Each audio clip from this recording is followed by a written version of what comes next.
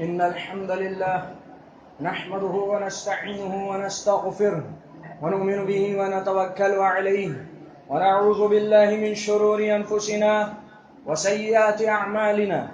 من يهده الله فلا مضل له ومن يضلله فلا هادي له، وأشهد أن لا إله إلا الله وحده لا شريك له، وأشهد أن محمدا عبده ورسوله.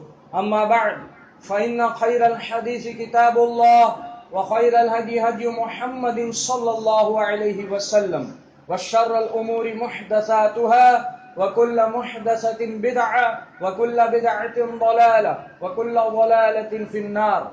قال الله تبارك وتعالى في قرآن المجيد وفرقان الحميد: أعوذ بالله العظيم وبوجهه الكريم وسلطانه القديم من الشيطان الرجيم من همزه ونفخه ونفثه. بسم الله الرحمن الرحيم. يا أيها الذين آمنوا اتقوا الله حق تقاته ولا تموتن إلا وأنتم مسلمون. وقال الله سبحانه وتعالى: يا أيها الناس اتقوا ربكم الذي خلقكم من نفس واحدة وخلق منها زوجها وبث منهما رجالا كثيرا ونساء واتقوا الله الذي تساءلون به والأرحام إن الله كان عليكم رقيبا. وقال الله سبحانه وتعالى: يا أيها الذين آمنوا اتقوا الله وقولوا قولا سديدا يصلح لكم أعمالكم ويغفر لكم ذنوبكم ومن يطع الله ورسوله فقد فاز فوزا عظيما. أما بعد، بسم الله الرحمن الرحيم. قاف والقرآن المجيد بل عجبوا أن جاءهم منذر منهم فقال الكافرون هذا شيء عجيب. أإذا متنا وكنا ترابا ذلك رجع بعيد قد علمنا ما تنقص الأرض منهم وعندنا كتاب حفيظ. بل كذبوا بالحق لما جاءهم فهم في أمر مريج. أفلم ينظروا إلى السماء فوقهم كيف بنيناها وزيناها وما لها من فروج. والأرض مددناها وألقينا فيها رواسي وأنبتنا فيها من كل زوج بهيج تبصرة وذكرى لكل عبد منيب. ونزلنا من السماء ماء مباركا فأنبتنا به جنات وحب الحصيد والنخل باسقات لها طلع نضيد رزقا للعباد وأحيينا به بلدة ميتا كذلك الخروج. قال الله سبحانه وتعالى في قرآن المجيد: وإذ ابتلى إبراهيم ربه بكلمات فأتمهن. قال الله سبحانه وتعالى: فلما بلغ معه السعي قال يا بني إني أرى في المنام أني أذبحك فانظر ماذا ترى. قال يا أبت افعل ما تؤمر ستجدني إن شاء الله من الصابرين. فلما أسلما وتله للجبين وناديناه أن يا إبراهيم قد صدقت الرؤيا إنا كذلك نجزي المحسنين إن هذا لهو البلاء المبين. وفديناه بذبح عظيم وتركنا عليه في الآخرين سلام على إبراهيم كذلك نجزي المحسنين إنه من عبادنا المؤمنين. لائق صد تکریم حاضرین جمعہ، محترم بزرگوں، عزیز بھائیو، سب سے پہلے ہر قسم کی تعریف اور توصیف، حمد و ثنا، عظمت و بڑائی، کبریائی، بادشاہی، بزرگی اس وحدہ لا شریک خالق کائنات، مالک ارض و سما کے لیے لائق و زیبا ہے، جو تنہا اس کل کائنات کا اکیلا خالق ہے، مالک ہے، رازق ہے، جس کے قبضے قدرت میں تمام قسم کی بھلائیاں ہے، اور وہی ذات اقدس ہے جو ہر شے پر قادر ہے۔ اللہ تبارک و تعالیٰ کی مختصر حمد و ثنا کے بعد بے شمار درود و سلام، رحمت اور برکت نازل ہو ان تمام انبیاء علیہ الصلوۃ والسلام کی مقدس جماعت پر، بالخصوص آخری نبی، بالخصوص اولو العزم کے دو رسل سیدنا ابراہیم علیہ الصلوۃ والسلام اور ہمارے پیارے نبی، آخری نبی امام الانبیاء سیدنا مرسلین رحمت للعالمین تاجدار مدینہ جناب محمد رسول اللہ محمد مصطفیٰ صلی اللہ علیہ وسلم کے ذاتی کرامی پر، آپ کی آل پر اور آپ کے تمام اصحاب اکرام رضوان اللہ تعالی علیہم اجمعین پر اور قیامت تک کے آپ کی اتباع کرنے والے تمام اہل ایمان پر۔ اللہم صلی علی محمد وعلی آل محمد کما صلیت علی ابراہیم وعلی آل ابراہیم انک حمید مجید۔ اللہم بارک علی محمد وعلی آل محمد کما بارکت علی ابراہیم وعلی آل ابراہیم انک حمید مجید۔ گزشتہ جمعے میں حضرت ابراہیم علیہ السلام کی سیرت کا آغاز ہوا اور بات یہاں تک پہنچی تھی کہ جب وہ معبودان باطلہ کے جتنے بھی لوگ پرستش کرنے والے تھے ان سب کو جھٹلا کر نعرے توحید بلند کیا حضرت ابراہیم علیہ السلام، اور فرمایا انی وجہت وجہی للذی فطر السماوات والارض حنیفا وما انا من المشرکین، کہ بے شک میرے چہرے نے اس ہستی کی طرف رخ کر لیا ہے جس نے اس تمام چیزوں کو بنایا ہے۔ فاطر السماوات والارض، تمام چیزوں کی خلقت کی ہے، بنایا ہے، اسے ایک سانچے میں ڈھالا ہے۔ وما انا من المشرکین، اور میں اس کے ساتھ شرک کرنے والا نہیں ہوں، کسی کو اس کے ساتھ شریک کرنے والا نہیں ہوں۔ جس نے ساری چیزیں بنائی ہے وہی کریٹر ہے، باقی سب کریشن ہے، باقی سب مخلوق ہے۔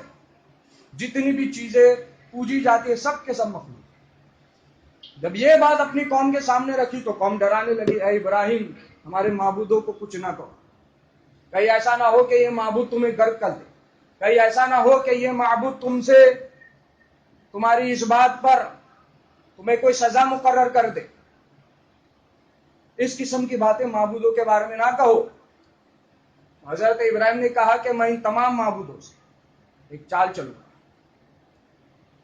تو ہوا یہ کہ ایک سالانہ میلہ جو ہے لگا ہوا تھا، اس سالانہ میلے میں جتنے بھی بھوتوں کے پجاری تھے، چاہے وہ پنڈت تھے یا تو پھر اسی طرح سے دوسرے جو آ کے صرف پوجا کر کے جانے والے تھے، وہ سب جمع ہوئے۔ اور ہوتا یہ تھا کہ اس وقت میلہ لگا تو ظاہر ہے اچھے اچھے پکوان، اچھے اچھے ڈش بنتے ہی، کیا ہے کہ جو بھی ڈش بنا تھوڑا مندر میں بھی بھیج دیے۔ مندر میں اسی لیے کہہ رہا ہوں تاکہ سمجھنے میں آسانی ہو، ظاہر ہے مندر میں بت ہوتے، بت کدے میں بھیج دی۔ اب یہاں پہ بھی ہوتا ہے کیا نہیں، ہم لوگ بھی جب افطاری وغیرہ کاٹتے واٹتے تو مسجد میں پلیٹ بھجوا دیتے، اسی طرح وہ بھی کوئی ان کا فیسٹیول تھا تو انہوں نے بھیج دیا۔ اب وہ سارے بوتوں کے سامنے وہ مٹھائیاں، وہ پھل، ہر چیز رکھی ہوئی، سب چیز۔ اب یہ سارے لوگ جا چکے ہیں معبودوں کے لیے وہ چھوڑ کے، سارے لوگ جو ہے میلے میں چلے گئے۔ ابراہیم علیہ السلام کے دوست بھی آئے اور بلانے لگے کہ بھائی چلو میلے میں۔ حضرت ابراہیم نے کہا کہ نہیں، میرا موڈ نہیں، میں نہیں آؤں۔ دوستوں نے کہا کہ اچھا ہے تم یہی رہو، ورنہ واؤ گے تو کوئی اور ایک سوال بکھیڑا کھڑا کر دو گے، تو اسی لیے نہیں آ رہا وہی اچھا ہے۔ مطلب آپس میں دوستوں میں بات ہوئی اور وہ سب چل گئے۔ جب سارے لوگ میلے میں جا چکے تو حضرت ابراہیم علیہ السلام مندر میں داخل ہوئے اور تمام بتوں سے مخاطب ہوئے، تمام بتوں سے مخاطب ہوئے، فرمایا کہ بھائی تمہارے سامنے یہ پھل اور کیلے کی اور اسی طرح مٹھائیوں کی رکھی ہوئی آزائشیں، تو اسے کھاتے تم کیوں نہیں؟ لو کھاؤ۔ تو مٹھائی پیش کی، مٹھائی نہیں کھائے تو پھر بولے اچھا مٹھائی نہیں کھاتے ہوں گے، ڈائبٹیز ہوگی، لو پھل کھا لو۔ تو پھل کھائے، وہ کچھ جواب نہیں آیا۔ تو بولے کیا حق بول کے سارے بوتوں کو پھر کیا کیے، توڑنا شروع کر، جتنے بوت تھے سب کو توڑ ڈالا۔ توڑنے کے بعد ایک بڑا بت تھا، اس کے اوپر وہ کلہاڑا لٹکا دیا۔ اب یہ وہاں سے چلے گئے۔ اب جانے کے بعد ہوا یہ کہ جب میلہ ویلا سب ختم ہوا، سب لوگ آئیں گے تو سب سے زیادہ جو دھارمک آدمی ہوگا وہ کیا کرے گا؟ ہاں، ہم لوگ بھی کہیں گھومنے ومنے جاتے، ہم کو فکر کیا رہتی، ارے بھائی کئی جگہ دیکھو، کئی مسجد ڈھونڈو، نماز پڑھیں گے، ہے نا۔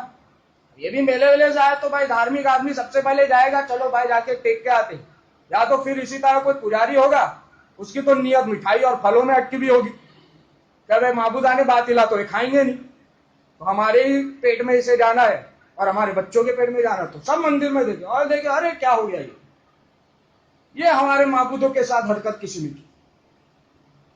تو سب آپس میں بات چیت کرنے لگے. اتنے میں کسی نے کہا کہ بھائی ایک ابراہیم نام کا نوجوان ہے.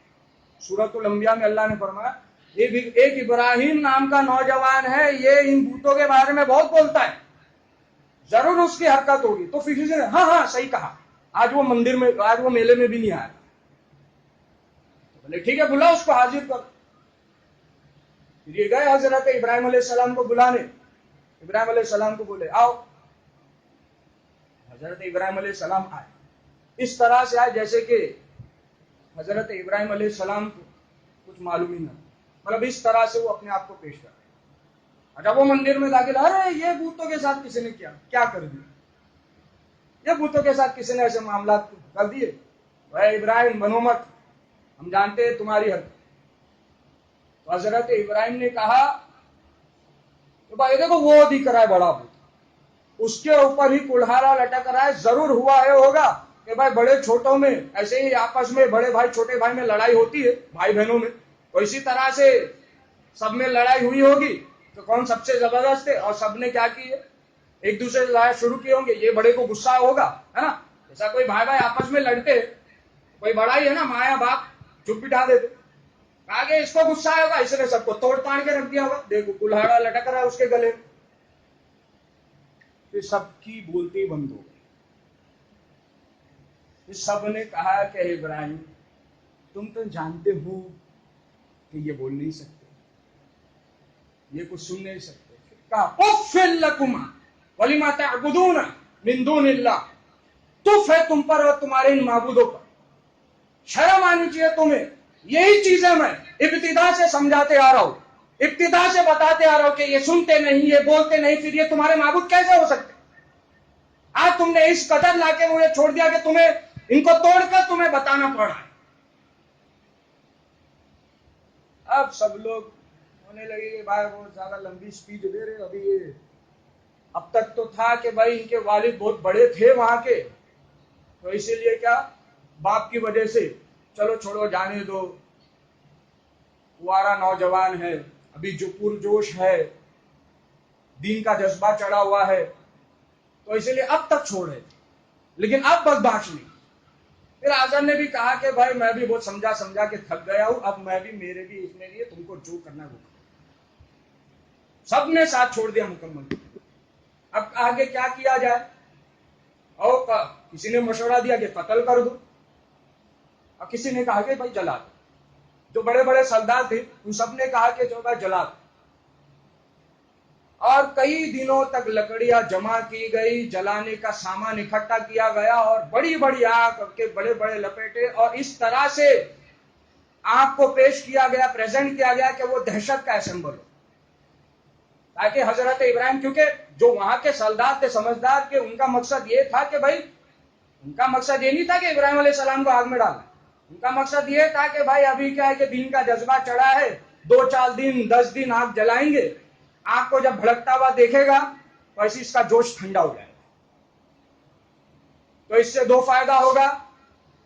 ایک یہ کہ اس سے وعدہ وعید لے لیں گے کہ آج کے بعد ہمارے معبود کو کچھ بولنے کا نہیں, کچھ کرنے کا نہیں. اور دوسرا یہ کہ اتنا جو سمجھدار ہوشیار نوجوان ہمارے درمیان موجود ہے, یہ قتل ہونے سے بچ جائے گا. لیکن حضرت ابراہیم یہاں پہ آگ بھڑک رہی تھی, وہاں پہ ان کا ایمان دہک رہا تھا. جتنی آگ کو وہ دیکھتے اتنا ان کے ایمان میں اور اضافہ ہوتے آتا, ان کی ایمان کی قوت میں. اب خیر آگ کے سامنے حاضر کیا گیا.